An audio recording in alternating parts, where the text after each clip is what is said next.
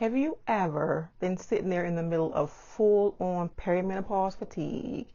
And I mean the kind where you feel like somebody unplugged you from the wall and somehow everybody in your house needs something. Somebody needs you to find something. Somebody needs you to do something. Somebody wants to know what's for dinner. And apparently there is a question that only you can answer. And you are sitting there like, do y'all not see me? Sometimes one of the hardest parts about going through perimenopause isn't even the symptoms themselves. It is going through all of this while the people around you continue expecting the same version of you that they have always had.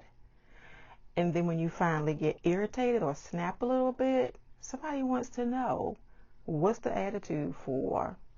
Or my favorite, what are you snapping at me for? I didn't do anything. Okay, we need to talk about this.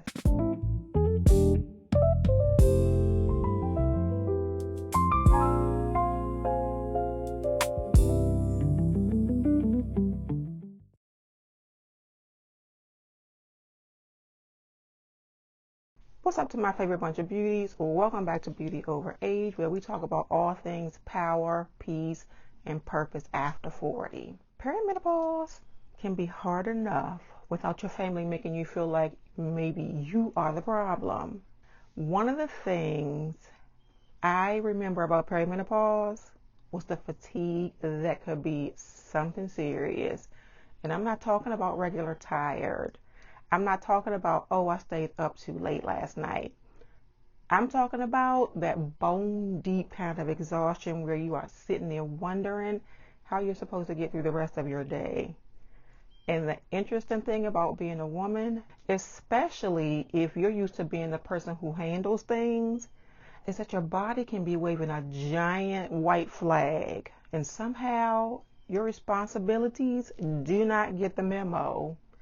Your family doesn't suddenly say, you know what, she's exhausted. Nobody asked her for anything. No. Here they come. And sometimes what you're thinking is, could somebody else handle something today?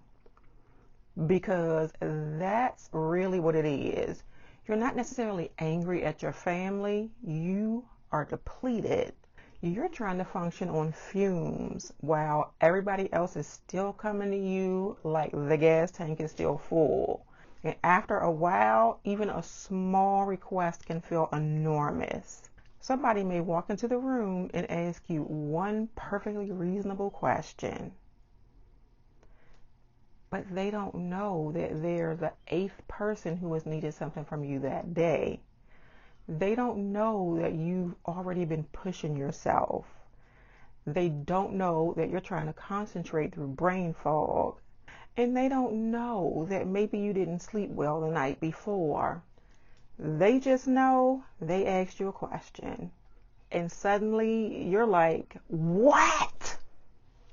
And then comes, why are you snapping at me? What did I do? What's the attitude for? And sometimes the answer is, you didn't do anything, at least not right then.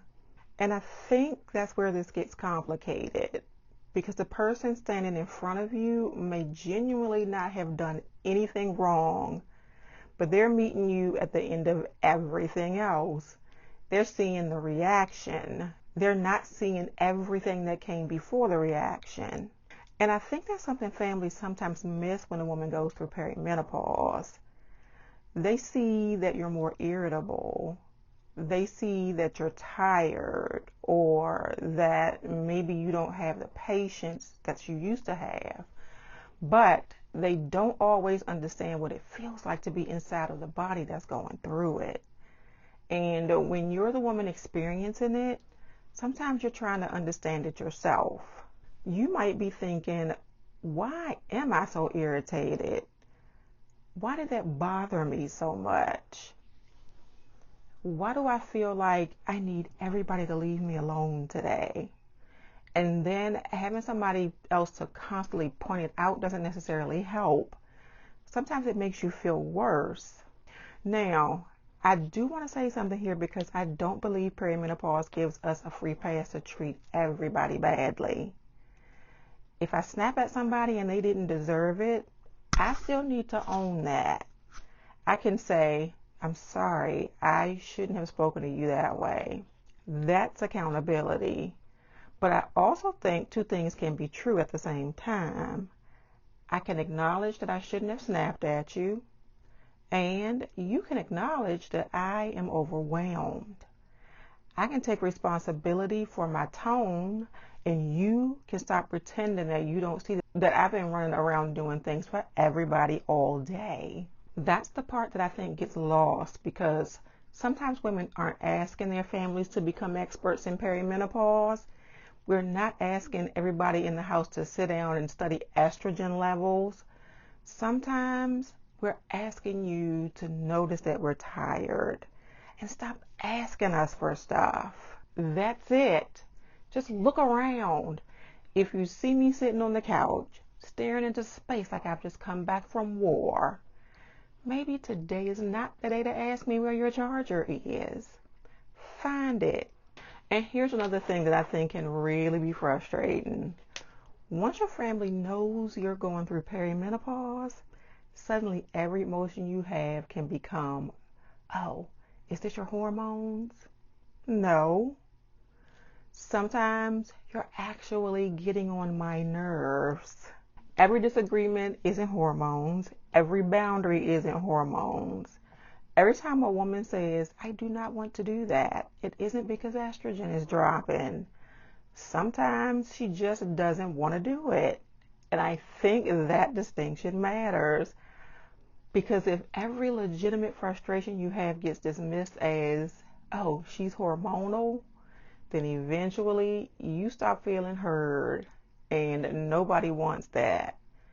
You should be able to say, hey, this bothered me, without somebody immediately deciding that your problem is perimenopause. Because maybe it is contributing to how strongly you're feeling something. But the feeling may still be real. The issue may still be real. I don't think most women are expecting their families to completely understand what perimenopause feels like. How could they? Especially if they've never experienced it themselves. But there's a big difference between not understanding something and dismissing it. Sometimes what we really need is simple. If I tell you I'm exhausted, believe me. If I tell you I'm overwhelmed, maybe ask, is there something I can take off your plate? If I tell you that I need a little space, don't immediately make that mean something about you. And please, please, don't ask me to give you a PowerPoint presentation on my hormones while I am actively irritated. Sometimes I don't feel good today has to be enough. And if you are going through this right now, I think there are ways to talk about it when you're not in the middle of being irritated.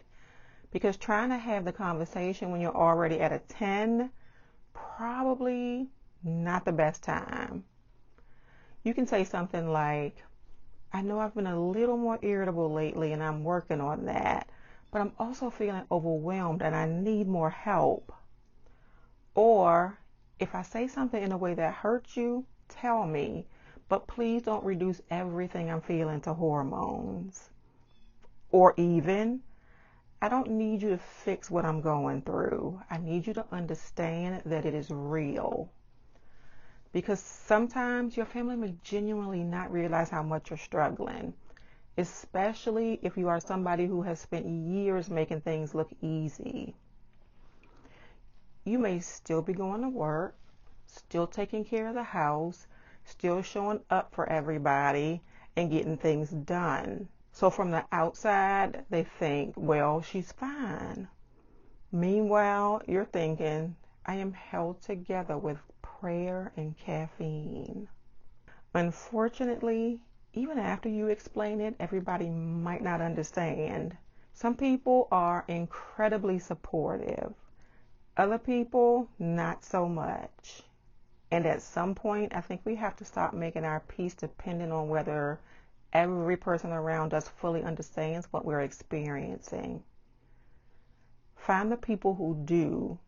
Talk to other women who are going through it. Talk to your healthcare provider if you're struggling with symptoms. Talk to someone you trust. And within your own home, figure out what you actually need. Maybe you need more help. Maybe you need more time. Maybe there are things you have always done for everybody that somebody else is perfectly capable of doing. Because one thing about midlife, you start realizing that everybody doesn't need you to do everything. Sometimes we've trained people to expect that from us, and sometimes we have to retrain them. Perimenopause doesn't happen in isolation. You're going through it while you're married, while you're raising children, while you're working, while you're taking care of family, while everybody around you is still living their lives and expecting you to keep living yours exactly the same way. And sometimes the hardest part isn't what your body is doing, it's trying to explain what your body is doing to people who can't feel it. So yes, if you've been more irritable, maybe there's something you need to work on. But your family can also give you some grace. Both things can be true. And I really want to hear from you on this one. Were the people in your life supportive when you were going through perimenopause or while you're going through perimenopause? Or did you ever feel like your hormones became the explanation for everything you did? Tell me in the comments, because I already know we're going to have some stories down there. And if you are navigating all the things nobody really prepared us for in midlife, make sure you subscribe, because that's exactly what we're talking about here on Beauty Over Age. I will see you in the next one.